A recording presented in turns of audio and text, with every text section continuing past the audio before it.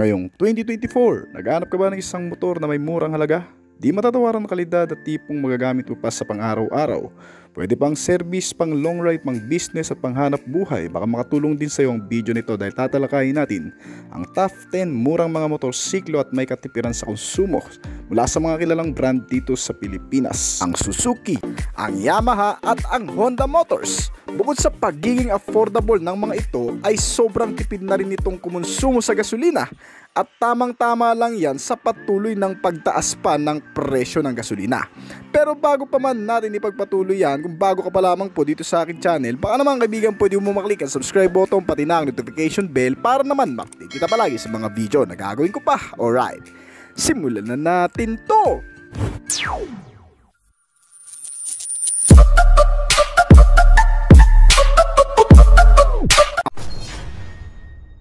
Suzuki Smash 115 Fi. Isa sa mga nangungunang contenders ng Suzuki Philippines sa underbone segment ay ang Smash 115. Nakakuha ito ng malaking attention mula sa pagiging best seller at para sa marami isang legendary motorcycle na rin. Kilala ito bilang isang commuter bike na may underbone segment na magandang gamitin sa pang-araw-araw na biyahe mula pagpasok hanggang sa pag-uwi. Dahil sa katipiran sa gasolina at pagkakaroon ng compact size na kung saan ay mas madaling dalhin at isingit-singit sa matatraffic na kalsada. Lalabas lang ng bagong update nito noong 2023 sa panibagong bersyon at mga pagpipiliang kulay, kasamang opsyon sa variant nito. Pinapagana ito ng 115 cubic centimeter displacement capacity, naka-single cylinder, 4-stroke 2 valves at air-cooled na cooling system. Ang bagong Smash ay naka-Euro 3 compliance na rin, kaya maging ang sporty muffler ay hindi ganun kausok. Ang fuel supply system naman ay ginamitan ngayon ng fuel injected at mas tumipid pa. Nakakonekta ito sa isang semi-automatic na transmission na kayang gumawa ng maximum output na 6.9 kW sa kada 7,500 RPM at 9.10 Nm ng torque naman sa kada 7,500 RPM. Ang average top speed nitong motor ay nasa 105 km/h. Sulit na sulit gamitin sa pang-araw-araw na biyahe kahit pa sa malalayong lugar. Dahil ang 3.7 liter na fuel tank capacity nito ay tumatagal sa fuel consumption na 68 km/liter. Ang bagong Suzuki Smash ay nakakuha rin ng new styling at ilang mga bagong features, kabilang ang mas pinalaking under-seat storage na may 7.6 liters at isang highly visible instrument panel na analog type. Halogen at bulb pa rin ng mga ilaw, pero nakapagbibigay na ng mas maayos na liwanag sa gabi. Ang ignition system nitong motor ay naka-shutter lock system na rin at isang magnet combination para sa mga panibagong security features nito. Meron itong naka-telescopic fork na front suspension at dual shock absorber naman sa rear. Ang safety measure nito ay nakadepende sa variant na pipiliin mo. Sa standard variant nito na smoke type ay naka-drum brake ang front and rear na braking system, habang ang mags type na variant naman nito ay nakakuha ng isang disc brake sa front at rear drum brake naman sa rear. Ang bagong Smash 115 ay nakakuha rin ng mas mataas na ground clearance na 130mm at kabuang bigat na 99 kg.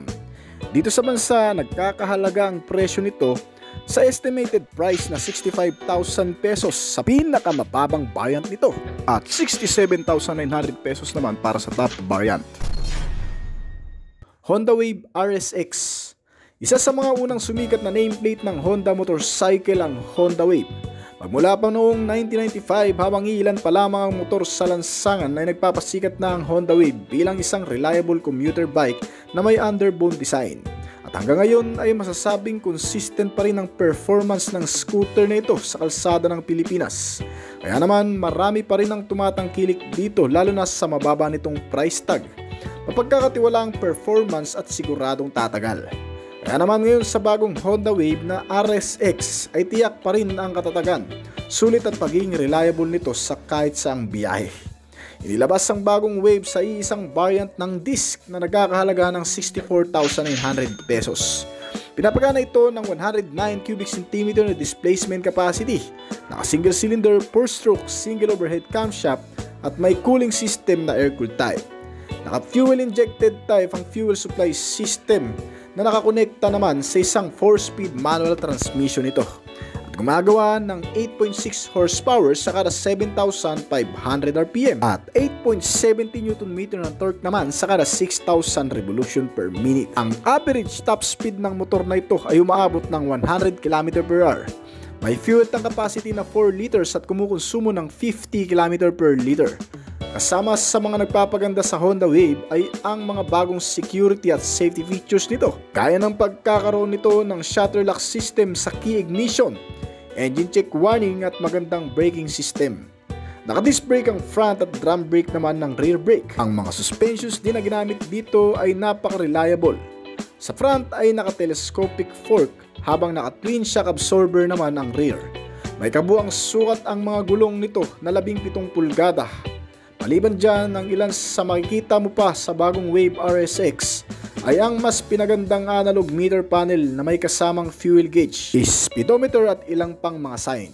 Kabilang din sa mga pang-external na bahagi nito ay ang signature design ng headlight, mga tail lamp at turn signal lamps nito. Nagbibigay ng mas maayos na visibility lalo na sa madidilim na kondisyon. May starting option na kick and electric at may kabuang bigat itong motor na 99 kg. Ang ground clearance naman ito ay may sukat na 135 mm habang ang seating height ay nasa 760 mm. Ayon sa sakyan, upuan ng hanggang sa 5'2" ang height. Kaya naman kung naghahanap ka ng mapagkakatiwalaang motor na siguradong tatagal, ang Honda Wave ang isa sa may o-offer ko sa iyo sa presyong 64,900 lamang. Honda Dio. Isa sa aim ng motorsiklong ito ang i-cater ang mga taong nagbabalak magmotor kesa mamasahe sa pang-araw-araw. Isang budget-friendly na scooter mula sa Honda na nagbibigay din ng tsansa sa mga taong nangangarap magka-scooter na mula sa kilalang brand sa abot kayang halaga lang. Pero sulit naman sa mga nilalaman, may katipiran sa gasolina at may kalidad na maaasahan. Pinapagana ito ng 109 cubic centimeter na displacement capacity, naka-single cylinder, 4-stroke, single overhead cam at naka-air-cooled type na cooling system. Di gaya ng ibang scooter ni Honda, ang commuter bike na ito, pagdating sa kanyang fuel system, ito ay naka-carburetor pa. Pero hindi yan naging hadlang para mas maging matipid palalo ang konsumo nito sa gasolina dahil kaya nitong umubos ng 1 litro sa loob ng 60 km na takbo. Ganyan katipid ang isang ito kaya talagang tinatangkilik din ng marami sa atin. May 5.3 liters na fuel tank capacity at naka-CVT type ang transmission with variable gearbox na kayang mag-produce ng maximum output level na 7.89 horsepower at 7,500 RPM. At 8.91 Nm of torque naman sa kada 5,000 RPM. Ang average top speed nitong motor ay hindi bababa sa 78 to 80 km/h. Kung di ka naman maselan at ang hanap mo lamang ay may magamit sa kada araw na pakikipagsapalaran, isa na rin sa mai-o-offer sa'yo ng Honda itong Dio 110. Nagbibigay din ng komportableng pagsakay dahil sa makapal na foam ng seat at mga reliable suspensions na ginamitan ng telescopic fork sa front at swing arm single-sided monoshock absorber naman ang rear suspension nito.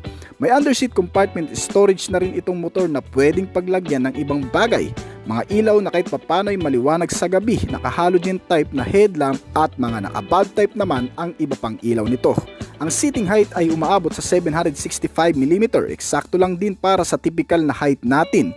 Tumitimbang ng 104 kg at may kasalukuyang presyo dito sa bansa na 62,400. Honda TMX 125. Isa rin sa pinakamatatag na classic bike ng Honda ay ang TMX 125 Alpha, na kung saan ay pinagkakatiwalaan na rin ng marami pagdating sa pagiging malakas at tibay ng makina na kayang gawing panghakutan kung kinakailangan. Kung naghahanap ka ng budget-friendly na motorsiklong pang negosyo, isa rin siguro sa may a-advise ng marami ang motor na ito. Dahil bukod sa pwedeng lagyan ng sidecar ay napakainam din talagang gamitin pang daily commuting system. Tumatagal din talaga ang kalidad ng motor nito gaya ng iba na ginawa pang-deliver sa araw-araw.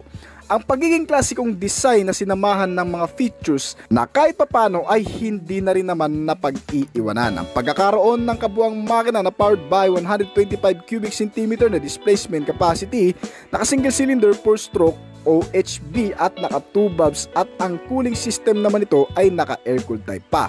Pagdating naman sa fuel system, ito ay naka carburetor type, ngunit matipid naman sa fuel consumption na umaabot sa 50 km per liter. Ang fuel tank capacity nitong motor ay may kalakihan na rin na kayang kargahan ng 8.6 liters na full tank.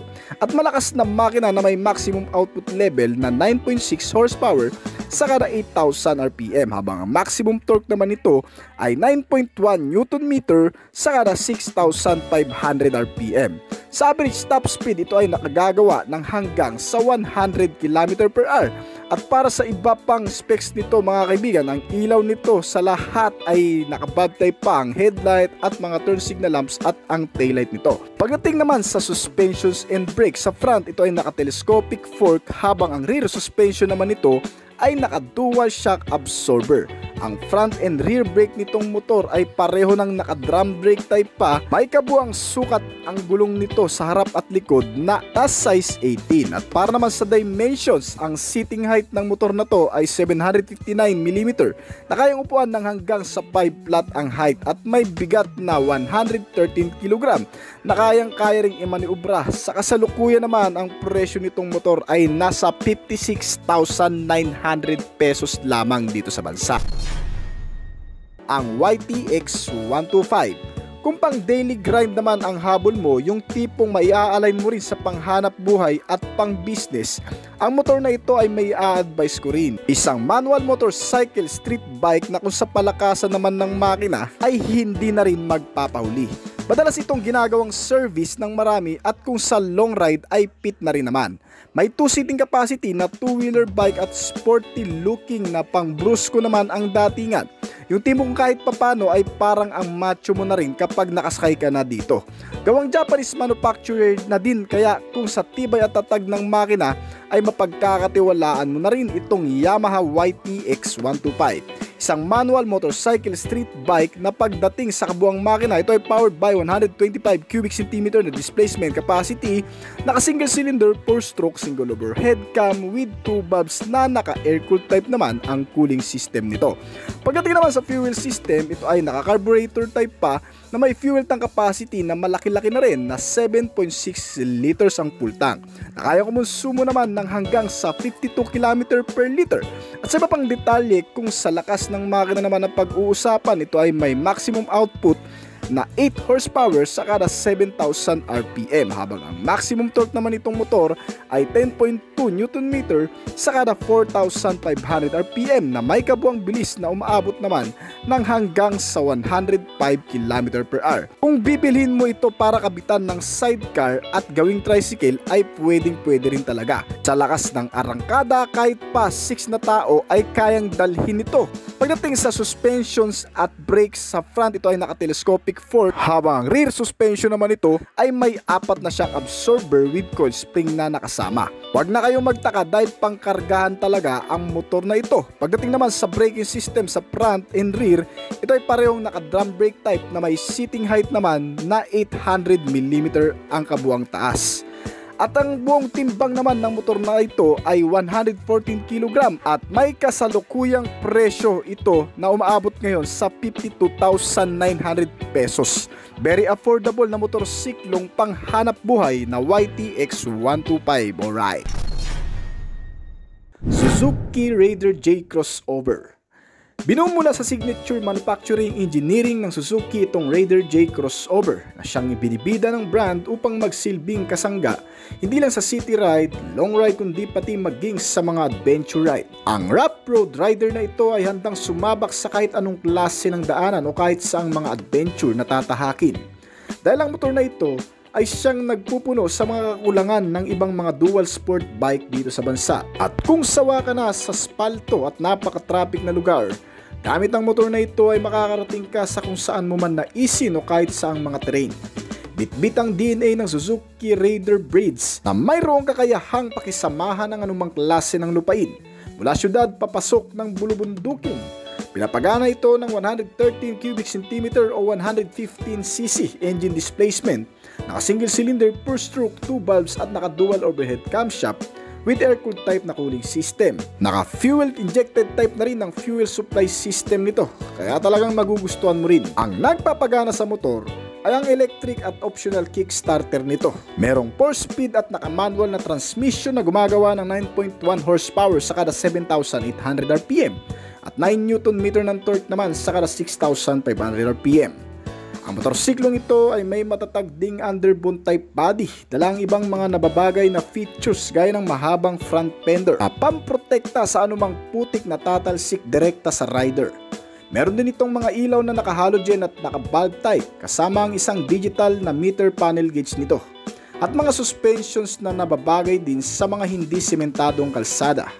Ang front telescopic fork na suspension nito na may rubber boot at rear suspension naman na swing arm dual shock absorber with coil spring. Ang sukat ng mga gulong nito ay may 17 pulgada na parehong tube type at nakadesign para sa on and off road na paggamit at binabalutan ng mga rims. Pagdating sa safety measure, meron itong naka-disc brake sa front at rear drum brake naman sa rear. Kasama ang iba pang bahagi ng mga security sense gaya ng engine check warning, pass switch with shutter lock key system sa ignition nito. Tumitimbang itong motor ng 97 kg at may ground clearance na 156 mm. Ang seating height nito ay nasa 775 mm at may estimated price dito sa bansa na 69,900 pesos. Honda Genio. Isang cool at may pagka-retro type na scooter mula din sa Honda ay nagbibigay naman ng kaaya-ayang dating para sa marami dahil sa ilang detalyeng pang external na kahit sinong mga newly generation ay mapapabilib sa pormahan ng isang ito. Ang cool na design ng pagka-old school na binahagian din kahit papano ng mga makabagong specs and features para sa nilalaman nito. Gaya na lamang ng naka-LED type na headlamp with accessories power outlet na pwede mong gawing charger ng cellphone. Ang circular shape instrument cluster na naka-digitalize ay nagbibigay din ng mas malinaw na impormasyon sa makakagamit nito with pass switch, engine check warning at may security features sa ignition system na shutter lock. Ilan lamang yan sa mga nilalaman pa nito. Pagdating naman sa makina, ito ay pinapagana ng 110 cubic centimeter na displacement capacity, naka single cylinder, 4-stroke, single overhead cam, air-cooled type na makina at may fuel system na PGM-FI o program fuel injected. May fuel tank capacity ito na 4.2 liters at kayang umubos ng 1 litro sa loob ng 55 km na takbo. Hindi rin nalalayo sa ibang scooter ni Honda ang transmission nito na ginamitan ng continuously variable transmission with gearbox na variable speed na kayang mag-produce ng maximum output level na 8.85 horsepower sa kada 7,500 RPM at 9.3 Nm of torque naman sa kada 5,500 RPM. Maganda rin pang long ride ang isang ito dahil sa ilang convenient features na meron din ito. Hindi nakakangalay upuan ang makapal na foam ng seats, may front footboard with retractable hook at may under seat storage na pwedeng paglagyan ng mga gamit. Ang mga suspensions na napaka-reliable na ginamitan sa front ng naka-telescopic at rear suspension na swing arm, single shock absorber at mga safety measures sa braking system na naka-single disc type sa front at drum brake naman sa rear nito. Hindi rin nakaka-hassle ang mga gulong na naka-tubeless na at alloy naman ang mags na may kabuuang sukat na 14 at itong motor ay tumitimbang ng 89 kg na kayang-kaya ding dalhin ng mga lady rider natin. Ang seating height nito ay may kababaan lang din na may sukat na 740mm na may kasalukuyang presyo naman dito sa bansa na 72,900. Yamaha Mio Sporty.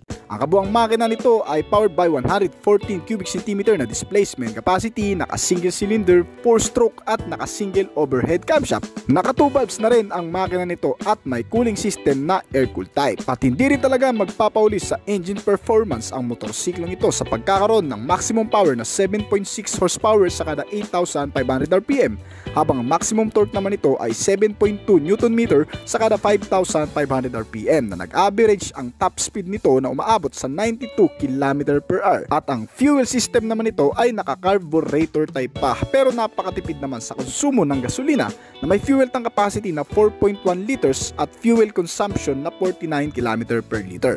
Sa mga features na meron ito sa headlight naka-halogen type, maging ang kanyang taillight at mga turn signal lamps naka-bulb type naman. Pero adjustable din naman ang headlight nito na may low and high beam. At pagdating naman sa ignition system, ito ay naka-dangle key pa lamang at dalawang console pocket sa unahan na lagayan ng ibang bagay. At napaka-accessible na rin sa mga key switch function ng motorsiklong ito. Pagdating naman sa kanyang engine starting, ito ay may electric push start at kick starter na option. At ang kagandahan pa sa motorsiklong ito ay talagang compatible hindi lamang sa mga lalaking rider kundi pati sa mga babaeng rider na rin.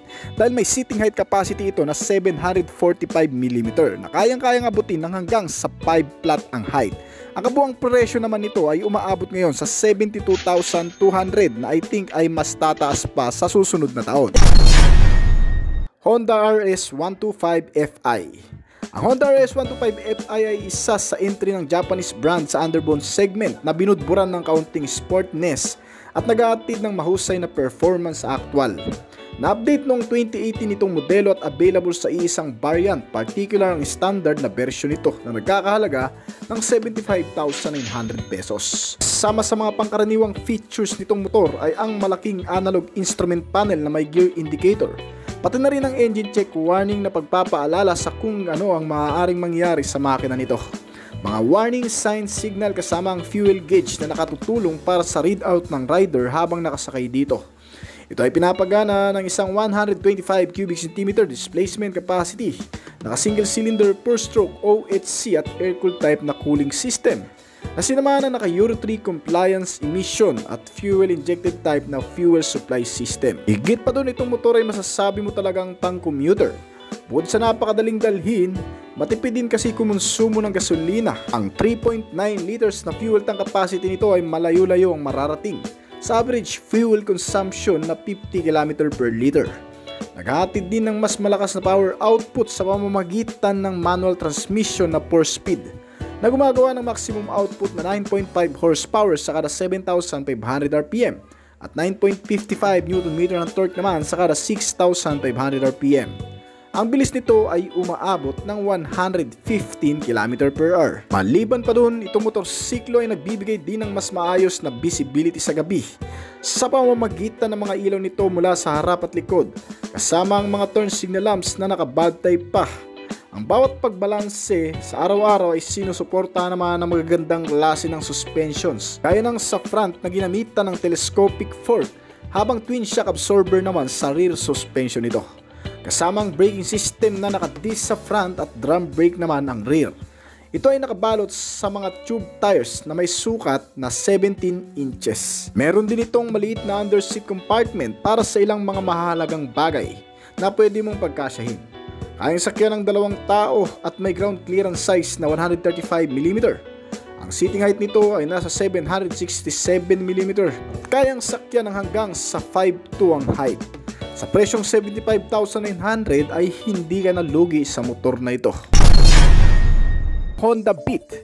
Ang dami nag-aabang sa Honda Beat, ang motor ni Honda na sobrang tipid at napaka-reliable gamitin sa pang-araw-araw. Ginagamit ito ng mga delivery rider at ng mga naghahanap ng mas mahal ng kontes sa Honda Dio, mas mataas na klase na kaya makipagsabayan sa mga high perform. Honda Beat sa bagong pag-update nito ay inilabas lamang noong nakarang taon.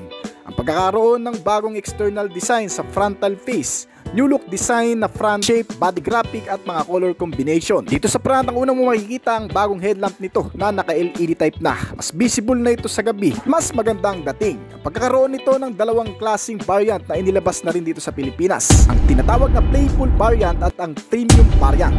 Ito ay kinukumpleto ng iba't ibang klase ng mga kulay. Pagdating sa playful variant, may 4 na klaseng kulay na pagpipilian, gaya ng Fighting Red, Pearl Silvestris Gray, Pearl Nightfall Blue, at Clipper Yellow. At ang premium variant nito ay may dalawa naman, ang Pearl White at ang Matte Gray Metallic. Hindi pa man natatapos ang taon ay naglabas din ng limited edition na Arctic White sa 50th anniversary na limited edition ng Honda. At pag-usapan naman natin ang ibang detalye nitong motor. Kasama sa mga nabago dito ang pagkakaroon ng charging port system. May dalawang console packet sa harapan, ang isa ay walang takip at ang isa naman ay meron. Kating sa ignition system, sinamahan na rin ito ng shutter lock at integrated seat opener. Di mo na kailangan pang tanggalin dito ang susi para mabuksan lamang ang upuan nito. Dahil dito ay less hassle na rin. Ang newly designed digital meter panel gauge din ito ay nakaagaw ng pansin. Meron na rin kasi itong kasamang eco indicator. Mas pinalawak pa ang impormasyon na binabahagi ng motor habang nakasakay ka dito. Kasama rin sa mga convenient features nitong bagong update na motor ay ang pagkakaroon ng retractable hook, standard flat footboard at pinalaking sukat na under seat storage na may 12 liters na. Hindi pa yun, sinamahan na rin ito ng side stand engine cutoff switch para sa mga taong nakakalimot magtaas ng side stand bago pa andarin ay safe na ito. Kasama rin sa mga nabago dito ang kabuuang timbang. Motorsiklong ito ay mas pinagaan para sa mas optimal na balancing. Mas compact ang disenyo nito sa bagong chassis frame, tinatawag na New Innovative Light Frame Chassis. Kaya ang pinakabuuang bigat nito ay nasa 90 kg na lang. Pagdating naman sa mga chassis and suspension, sa front ginamitan ng telescopic fork at naka-monoshock absorber naman sa rear suspension. Itong Honda Beat version 3 pinapagana ng 110 cubic centimeter displacement capacity, naka single cylinder 4-stroke, single overhead camshaft at naka air-cooled type na cooling system. Sinamahan na rin ng ESP engine technology ng Honda para mas mapaganda ang tunog at ang fuel economy. Konektado ito sa fuel supply system na injected type at CVT type na transmission na kayang gumawa ng 6.63 kilowatts sa kada 7,500 revolution per minute at maximum torque na 9.3 Nm sa kada 6,000 RPM. Ang average top speed nitong motor ay umaabot ng 90 km per hour. Hindi lang sa maraming kasabayan pero tamang-tama na rin sa pang-araw-araw na gamitan. Ang kabuang fuel tank capacity nitong motor ay mas pinalaki na rin sa pagkakaroon ng 4.2 liters. Matagal-tagal nang gamitan yan dahil matipid din kumonsumo ang motorsiklo na umaabot ng 58.2 km per liter. Mahabang-habang gamitan at malayo-layong ride ang gagawin mo dyan. At syempre nga pala, may bagong makina rin na inilagay sa motor na ito.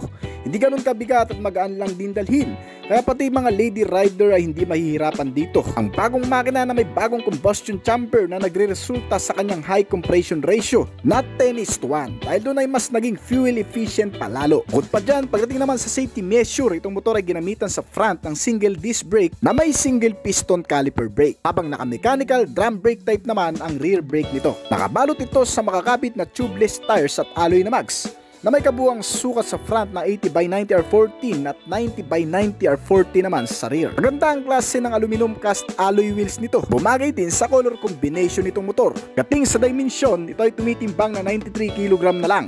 Ang ground clearance nito ay 146mm at may seating height na 740mm. Kaya pati mga lady rider o hindi mga pinalad sa height ay kakayanin pa rin itong motor. Nagkakahalaga ngayon ang kabuang presyo nito mula sa Playful variant ng 71,400. Sa premium variant naman ito ay nagkakahalaga ng 72,400. Habang ang limited edition naman nitong motor na 50th anniversary ng Honda ay nagkakahalaga naman ng 74,900 pesos.